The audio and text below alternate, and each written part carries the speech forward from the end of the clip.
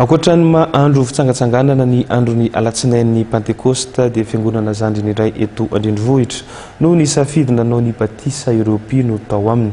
Ho an'ity fiangonana ity ary dia tsitsy amin'ny reniranon'ny Mandroseza no nanatanterahana izay fanatanterahana batisa izay.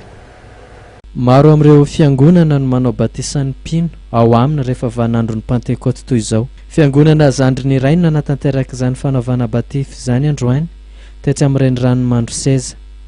Raha ny fahitana ny fizotron'ity fanaovana batisa teny an-toerana ity dia tena natao milentika ao anaty rano ny vatana manontolon'ilay olona atao batisa. Izany fomba izany mora ny fanazavana teny an-toerana dia manaraka ny fomba fanaovana batisa tamin'ny andro tany aloha. Fotoana ny fitsangatsanganana miaraka amin'ny fianakaviana na ny mpiara-mivavaka koa moa ny androandroany dia nanararaotra niara-nitsangatsangana ireo mpino tao arian'ny batisa.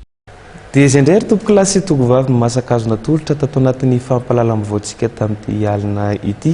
Saorana ianao tany atokantrano tany naharitra hatramin'ny farany. Saorana ihany koa ireo mpanao gazety nikaroka ny vaovao ary nitondra izany teto amin'ny vaovao. Saorana ihany koa ireo teknisianina nikirakira ny tao amin'ny lafin'ny teknika.